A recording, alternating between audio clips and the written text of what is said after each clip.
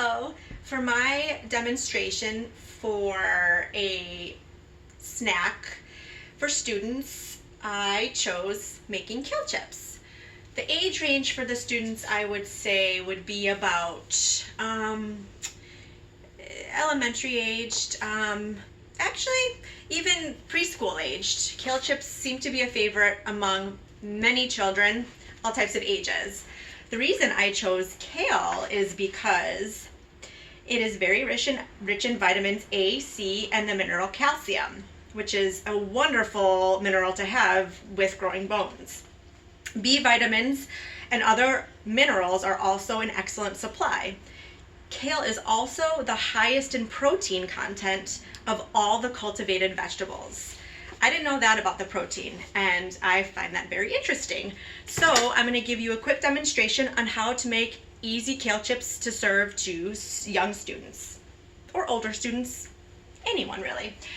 I am lucky enough to be growing kale in my garden, so I harvested kale, and all you have to do is de-rib the leaves from the stems.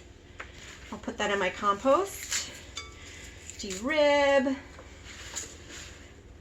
It's a really fun thing to let children help you be a part of this process, because I find that whenever you have a chance to include them with basically anything, but especially with their food, they tend to eat it a little bit more enthusiastically.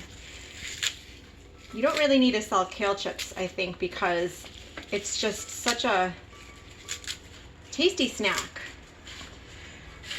Okay, just a few more.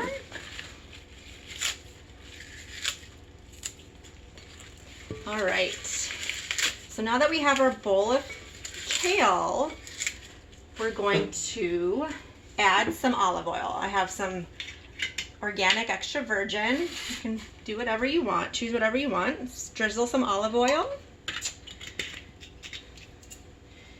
And let's massage the kale a little bit. Kale is very tough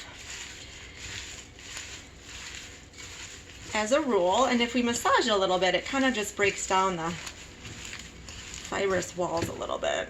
Now that it's nice and coated in the olive oil, we'll go ahead and we'll add a little bit of toppings. I don't like to put too much salt onto my kale chips, but a little bit is definitely great. I like to put a topping called nutritional yeast. So it's chock full of niacin and B6, B2, B1, folic acid, and vitamin B12. This gives a little cheesy flavor. It doesn't have any dairy, so anyone with dairy allergies can still safely eat the kale chips. And then I'm going to put a little bit more olive oil on the pan.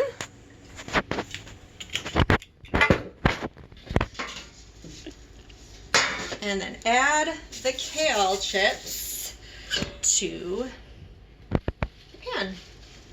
Make sure you spread it out nice and even so that you get a nice crisp chip. We put our oven on 350 and we pop it in. It's not quite at 350, still warm up, but it's getting there. And if there are students that may not be able to eat the kale for whatever reason, we can offer them a different snack. You can follow me and I will show you a quick snack. I have here some organic celery. Take the tips off. And then I add some cream cheese, just right down the middle. Some cream cheese just right down the middle of the rib. Again, children love to help. And then I add some raisins. We have some golden raisins here. Raisins. And Bada bing. Here are our snacks. We have celery with cream cheese and raisins on top for flavor. We also have kale chips cooking. And once those kale chips are done crisping, they'll be ready to eat once they cool off. And that's what we have for a snack for our students. Thank you.